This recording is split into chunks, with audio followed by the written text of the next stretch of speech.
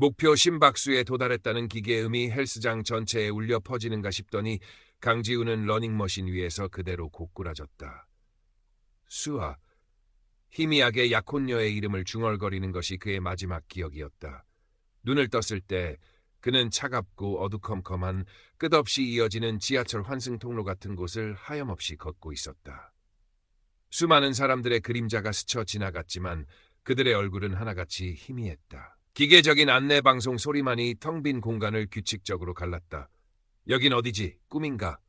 혼란스러움도 잠시 멀리서 새어나오는 한 줄기 빛이 그의 발길을 이끌었다. 빛은 점점 강렬해졌고 눈을 제대로 뜰 수 없을 만큼 밝아졌을 때 그는 자신이 병원 응급실 천장을 바라보고 있음을 깨달았다. 아니, 정확히는 바라보고 있는 자신을 내려다보고 있었다. 침대 위에는 창백한 얼굴의 남자가 산소호흡기에 의지한 채 미동도 없이 누워 있었다. 바로 자신, 강지후였다.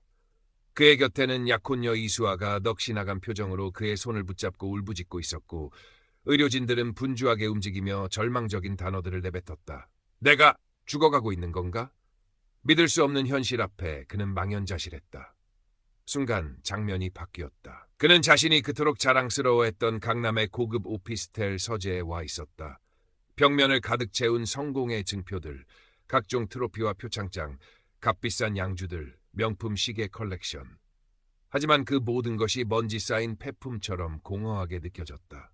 서가 한편에는 한 번도 펼쳐보지 않은 철학 서적들과 이제는 색이 바랜 가족 사진이 놓여 있었다. 이것들을 위해 그렇게 앞만 보고 달려왔던가. 씁쓸한 자조와 함께 지난 30여 년의 삶이 파노라마처럼 스쳐 지나갔다.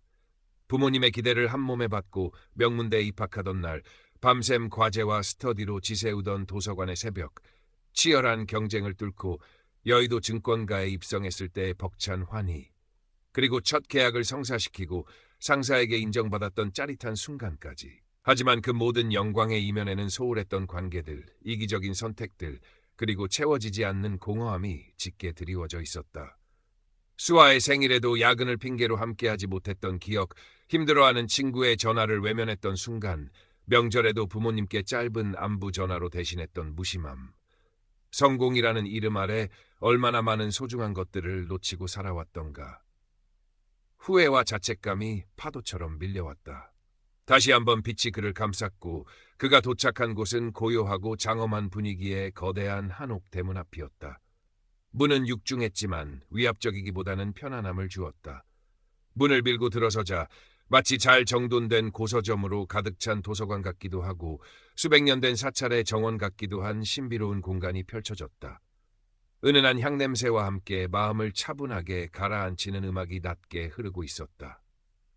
그곳에서 온화한 미소를 띤 노인 노승현이 그를 기다리고 있었다. 그의 깊은 눈은 모든 것을 꿰뚫어 보는 듯 맑고 투명했다. 자네의 여정이 꽤나 고단했구먼. 노승현의 목소리는 낮고 부드러웠지만 깊은 울림이 있었다. 그는 지우에게 다가와 말없이 그의 어깨를 두드렸다. 그리고는 벽면을 가리켰다.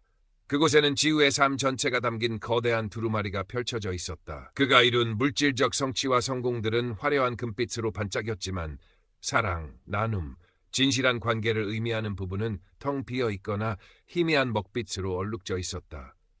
어떤 부분은 아예 찢겨져 나가 보이지도 않았다. 노승현은 아무 말 없이 지우가 스스로의 삶을 직면하도록 기다려주었다. 지우는 차마 고개를 들 수 없었다. 온몸에 피가 거꾸로 솟는 듯한 극심한 부끄러움과 견딜 수 없는 슬픔이 그를 덮쳤다. 삶의 무게는 성취의 크기가 아니라 관계의 깊이로, 나눔의 온기로, 사랑의 진실함으로 측정되는 것이라네. 노승현은 조용히 말했다. 그의 말 한마디 한마디가 지후의 가슴에 날카로운 비수처럼 꽂혔다. 자네의 두루마리에는 이룸이라는 글자는 빼곡하지만 정작 함께함이라는 온기는 찾아보기 어렵구먼. 지우는 그제야 자신이 얼마나 어리석고 편협한 삶을 살아왔는지 뼈저리게 깨달았다. 성공이라는 허울 좋은 목표 뒤에 가려진 진정한 가치들을 애써 외면해왔던 것이다. 눈물이 뺨을 타고 흘러내렸다. 그것은 후회의 눈물이자 새로운 시작을 갈망하는 간절함의 눈물이었다. 노승현은 지후의 손을 잡고 다른 공간으로 이끌었다. 그곳은 눈부신 빛과 따뜻한 에너지로 가득 찬 형언할 수 없이 아름다운 세계였다. 마치 수억 개의 태양이 동시에 떠 있는 듯 밝았지만 전혀 눈이 부시지 않았고 어머니의 품처럼 따뜻하고 포근한 기운이 온몸을 감쌌다. 세상의 모든 아름다운 색깔이 그곳에 있었고 천상의 음악처럼 감미로운 소리가 영혼을 어루만졌다. 지훈은 그곳에서 말로 표현할 수 없는 완전한 평화와 기쁨, 무한한 사랑을 경험했다. 모든 존재가 하나로 연결되어 있음을 느꼈고 그의 마음속에 있던 모든 걱정과 두려움, 고통은 봄눈 녹듯 사라졌다. 오직 충만함과 감사함만이 가슴 깊은 곳에서부터 차올랐다. 잊고 지냈던 어린 시절의 순수한 행복감, 조건 없이 주고받았던 사랑의 감격이 되살아났다. 그는 마치 거대한 우주의 일부가 된 듯한 황홀경에 빠져들었다. 얼마나 시간이 흘렀을까? 빛의 세계 끝자락에 이르자 또 다른 문이 나타났다. 이전의 한옥 대문보다 훨씬 더 장엄하고 아름다운 순수한 백색의 빛으로 이루어진 문이었다. 문 너머로는 인간의 언어로는 도저히 묘사할 수 없는 평화롭고 지극한 행복만이 존재하는 세계가 어렴풋이 보였다. 그곳으로 가면 완전한 안식과 하나됨의 상태에 이를 수 있음을 직감했다. 그리고 동시에 한번 그 문을 넘어가면 다시는 이전의 세계로 돌아갈 수 없다는 것도 깨달았다. 지우는 문 앞에 멈춰섰다.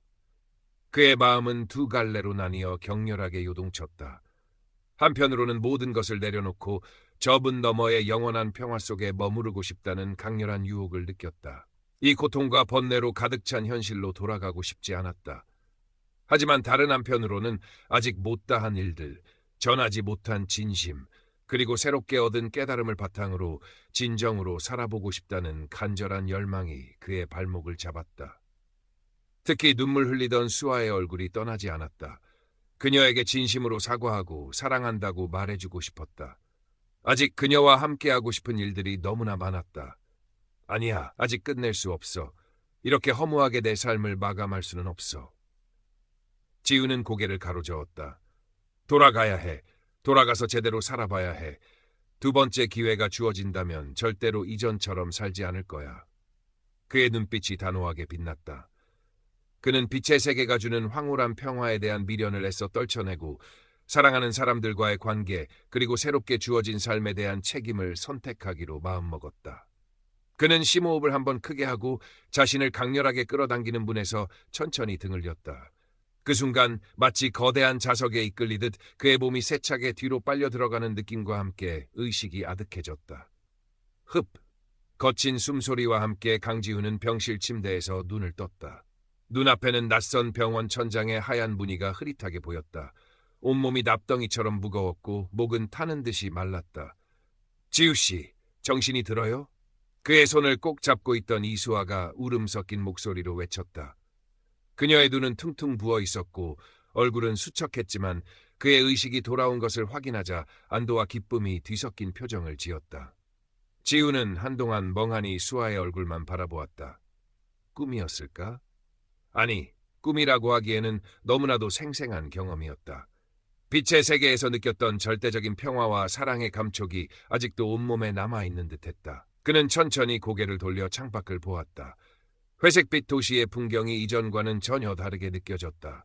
모든 것이 새롭고 놀랍고 소중하게 다가왔다. 햇살 한 줌, 바람 소리, 창밖으로 보이는 나뭇잎의 미세한 떨림까지도 경이로움 그 자체였다.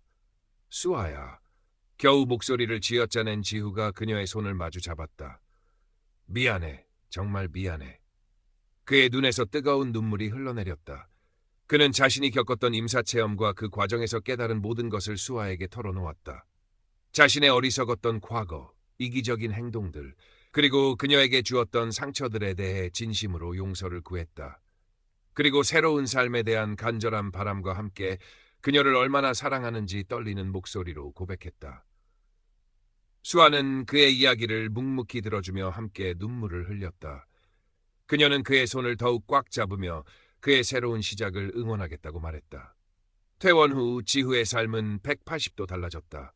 그는 미련 없이 회사에 사직서를 제출했다. 동료들과 상사들은 그의 갑작스러운 결정에 놀라움을 금치 못했지만 그의 단호한 표정에서 이전과는 다른 무언, 물론 가끔씩 임사 체험에서 느꼈던 그 압도적인 평화와 빛의 세계에 대한 그리움이 밀려올 때도 있었다.